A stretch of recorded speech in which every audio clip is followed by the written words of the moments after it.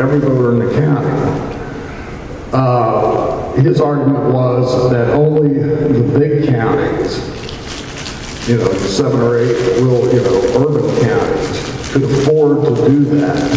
They had the money to do that. The little tiny rural counties, of which the vast majority of the counties in Ohio are, didn't have the money to be able to do that.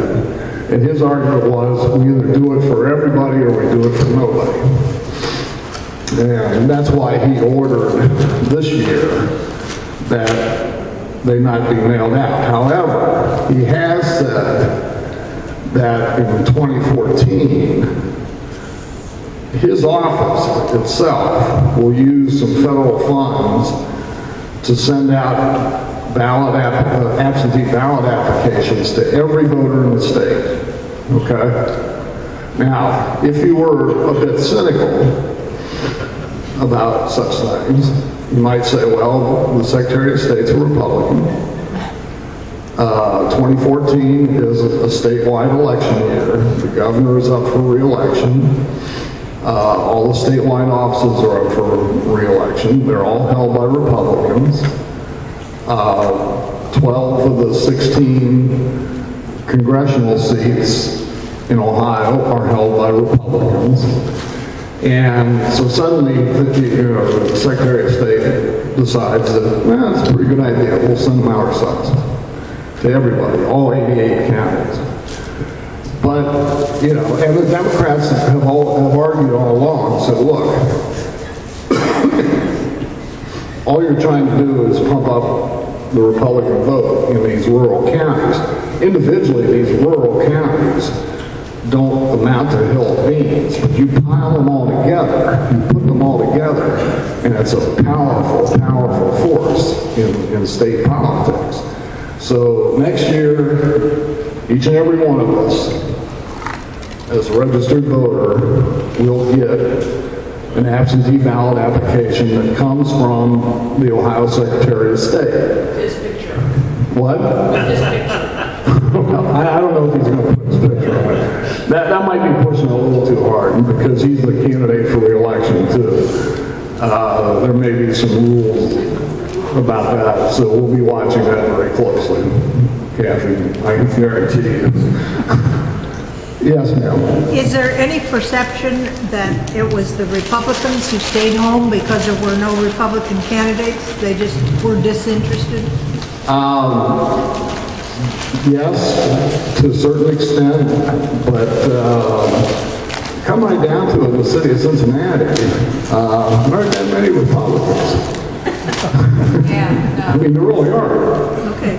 I mean, there are pockets of Republican votes in certain neighborhoods, Cokeville, West Priceville, Mount Washington, some of the, places like that. But they're not, the Republican Party, they fished around for a candidate for mayor, and they couldn't find anybody to do it. And so finally they just threw up their hands and said, we're going to worry about the suburban races. That's our power base. That's where we control things. So we're not even going to worry about the city of Cincinnati. I mean, there were only, 4 endorsed Republican candidates for city council. Now, 2 of them won, which wasn't bad for them. They managed to get Amy Murray put back on council. And, of course, Charlie Winburn. But, no, I think it's more, I'll tell you the truth. Here is the truth of the matter. And I've looked at these numbers. These are precinct reports from every precinct in the city of Cincinnati. I'm not going to bore you with all of this, but I've looked at it pretty closely. And for Roxanne Qualls, there are places in the city, wards and precincts within wards, where she did very, very well. She won them big.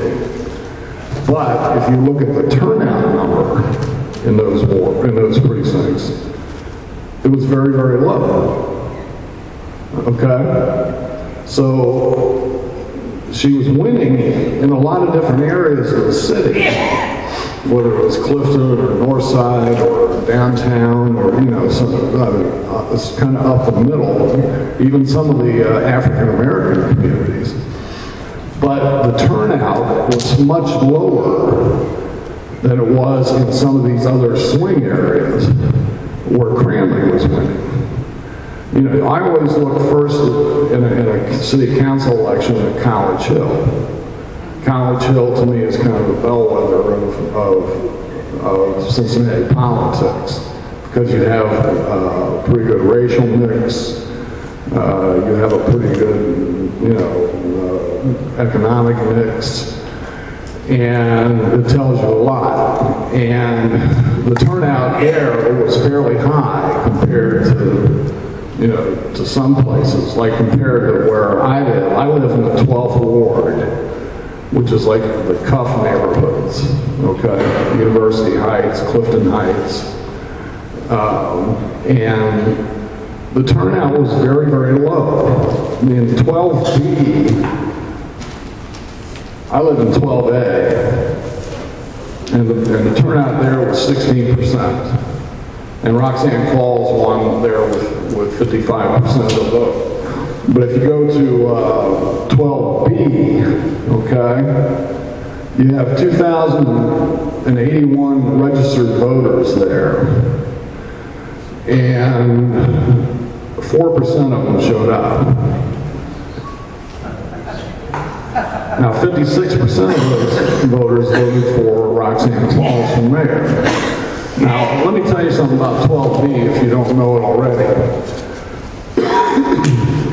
That's a university neighborhood. It's around Clifton Heights, University Heights.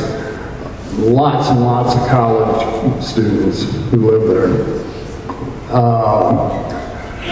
And they didn't go to the polls. They just did not. So like a few days after the election, I went out to Terry Grundy's class out at UC, you know, to speak to him. He has a politics and media type class out there. And I talked to these students, and they were very politically active students for the most part. Many of them had worked in campaigns this year for council candidates, and a lot of them had worked for Roxanne Falls. And they were very upset about the results of the election. And one of the things they were upset about was that the election of Cranley, they were afraid, would mean the end of the streetcar project, okay?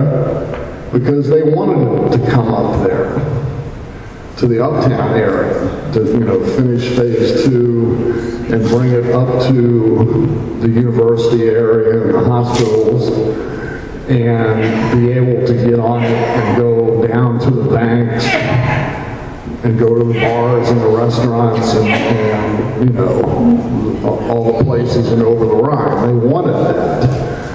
But I just don't think those people showed up. They didn't show up at the election. And they didn't vote absentee, they didn't go to their polling places, and that's why Roxanne Falls lost, because her people were not motivated to do something on November 5th, to get out, go to a polling place, cast a ballot. I don't know, it took me 5 minutes. I don't know how long it took you guys, but it's not that big a deal. But they didn't do it. Here's one thing I've learned about elections over the years. And this is the truth. This is the absolute truth. Whenever you have a low turnout election,